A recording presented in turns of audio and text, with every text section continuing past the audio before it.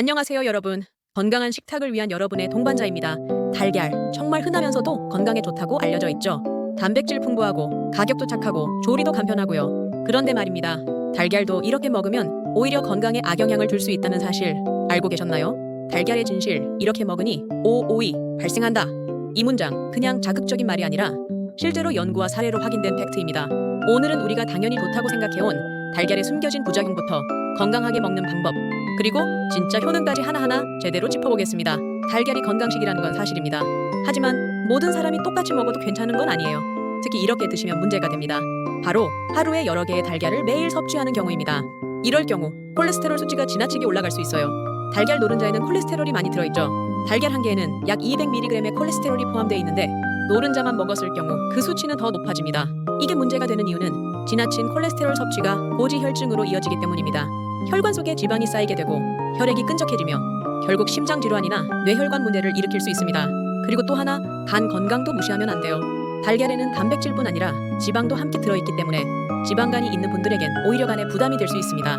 실제로 간 수치가 좋지 않은 분들이 달걀을 자주 섭취했을 때 피로감이나 소화불량을 호소하기도 해요.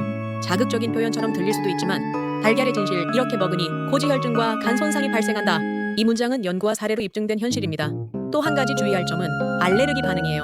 특히 어린아이들에게 많이 나타나는데 단백질 성분 중 일부가 체내 면역 체계를 자극해서 누드러기나 설사, 심할 경우 호흡 곤란까지도 유발할 수 있습니다. 요약하자면 하루에 여러 개, 특히 노른자까지 포함해서 지속적으로 섭취할 경우 고지혈증, 간부담, 알레르기 반응 같은 부작용이 생길 수 있다는 것. 좋은 음식도 과하면 독이 됩니다. 이제는 달걀을 어떻게 보관하고 조리하느냐도 정말 중요합니다. 달걀은 신선도가 생명이에요. 껍질은 단단해 보이지만 사실상 외부 세균에 아주 취약한 구조입니다. 특히 살모넬라균이 대표적인 문제죠. 이 균은 식중독을 일으키는 주요 원인 중 하나인데 달걀 껍질을 통해 내부로 들어갈 수 있어요. 그래서 달걀을 구입한 후에는 반드시 냉장 보관을 해야 하고 세척은 먹기 직전에만 하셔야 합니다.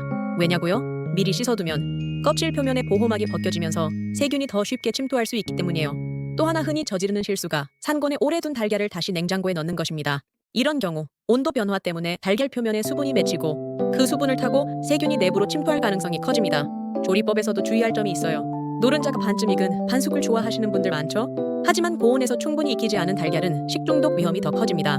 특히 어린이, 노약자, 임산부의 경우에는 반숙보다는 완숙으로 조리해 섭취하는 게 훨씬 안전합니다. 그리고 날달걀을 그대로 먹는 습관, 이건 반드시 피해야 해요. 위생이 완벽하게 관리된 제품이 아니라면 위험 요소가 너무 큽니다. 자칫 잘못하면 위장염부터 시작해서 심한 경우 입원까지도 이어질 수 있어요. 달걀은 보관도, 조리도, 신선도와 안전성이 생명입니다. 그렇다면 달걀은 어떻게 먹어야 건강할까요? 첫 번째는 양 조절입니다. 하루에 달걀 1개, 많아도 2개 이내가 적당해요.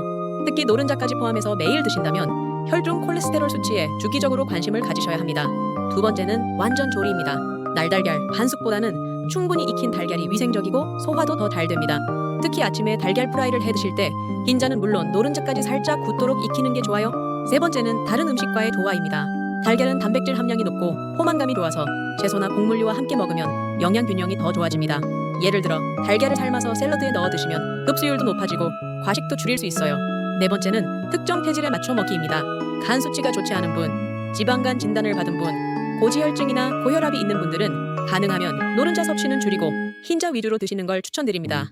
또한 달걀은 열을 내리는 성질이 있어서 손발이 차거나 위장이 약한 분들이 공복에 바로 먹을 경우 속이 불편할 수 있어요. 이럴 땐 반드시 익힌 달걀을 따뜻한 국물이나 죽과 함께 드시는 것이 더 좋습니다. 요약하자면 적당량, 잘 익혀서 체질에 맞게 이 세 가지가 건강하게 달걀을 즐기는 핵심입니다. 자, 그럼 달걀을 제대로 섭취했을 때 어떤 효능이 있을까요? 첫째, 단백질의 왕이라는 말이 아깝지 않죠. 달걀은 완전 단백질 식품입니다. 필수 아미노산이 골고루 들어있어 근육 유지, 세포 회복, 면역력 강화에 도움을 줍니다. 그래서 성장기 어린이, 운동하는 분들, 그리고 노년층에게도 매우 유익해요.